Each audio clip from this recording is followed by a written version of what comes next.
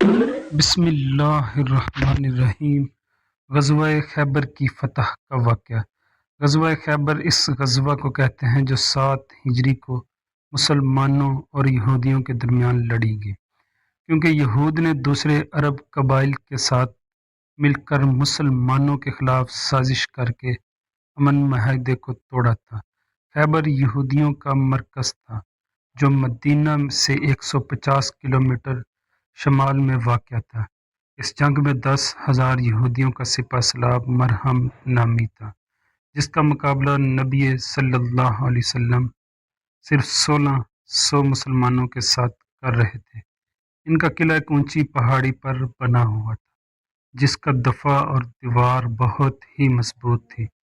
نبی صلی اللہ علیہ وسلم نے خیبر سے قبل ہی اس علاقے کے 5 یہودی قلعوں کو فتح کر لیا تھا، لیکن خیبر کا محاصرہ کئی دنوں تک کرنے کے باوجود مسلمان اسے فتح کرنے میں ناکام ہو رہے تھے، مگر وہ مضبوط اور زبردست قلعہ فتح نہ ہوتا تھا۔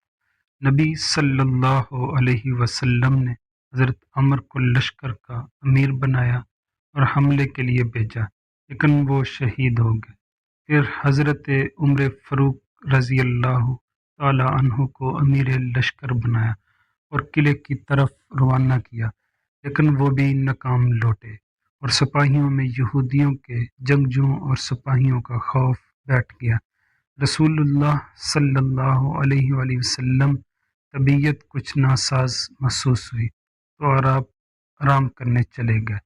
رات میں جب حالت بہتر ہوئی تو آپ نے پوچھا کہ دن میں کیا ہوا، لہذا صحابہ نے آپ کو سارا حال سنایا۔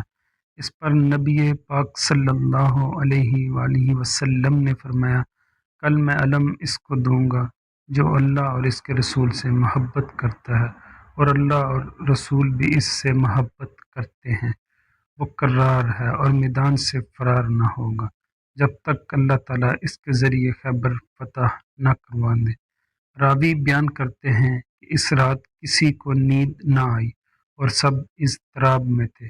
صبح ہوتے ہی تمام لوگ نبی پاک صلی اللہ علیہ وآلہ وسلم کے پاس آ گئے۔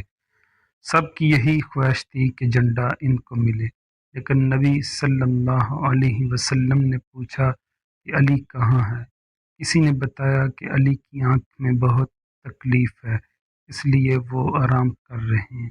نبی صلی اللہ علیہ وآلہ وسلم نے حکم دیا کہ انہیں بلاؤ، لہذا حضرت علی رضی اللہ عنہ تشریف لائے اور آپ صلی اللہ علیہ وآلہ وسلم نے اپنے لعاب دہن کو حضرت علی رضی اللہ عنہ کی آنکھ پر لگایا، پھر آپ کے حق میں دعا کی، اور دعا کرتے ہی وہ ایسے شفا یاب ہو گئے گویا ان کو کبھی کوئی تکلیف ہی نہ تھی۔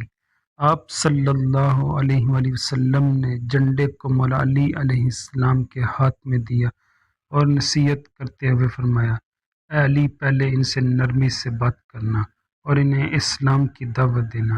خدا کی قسم، اگر تمہارے ذریعے ایک آدمی بھی ہدایت پر آ گیا تو یہ اللہ کی راہ میں ایک سرخ اونٹ صدقہ کرنے سے بھی بہتر ہے۔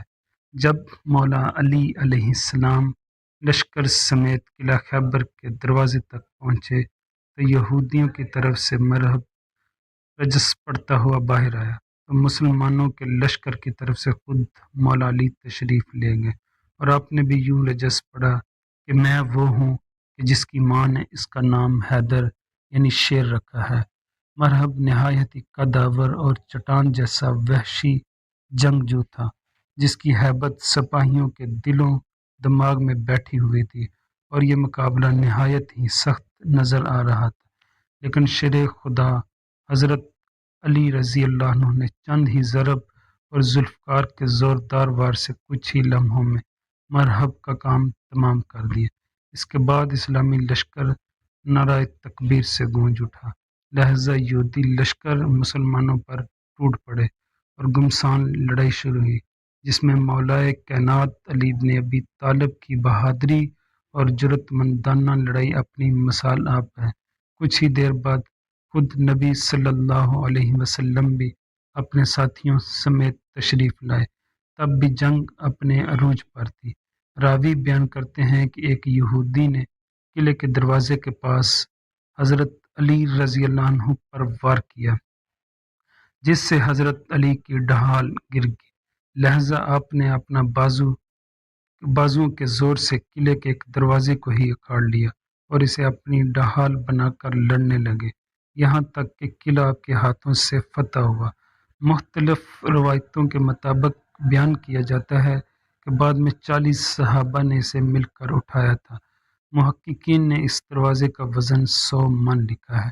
اس فتح کی وجہ سے شیر خدا حضرت علی کو فتح خیبر بھی کہا جانے لگا، جو آپ کی شجاعت اور جرأت کی ایک مثال ہے۔ اللہ کی طرف سے آپ کو بہترین قوت عطا کی گئی تھی، جسے آپ نے جہاد فی سبیل اللہ میں استعمال کیا اور فتح یاب ہوئے۔ ریفرنس: واقعہ خیبر۔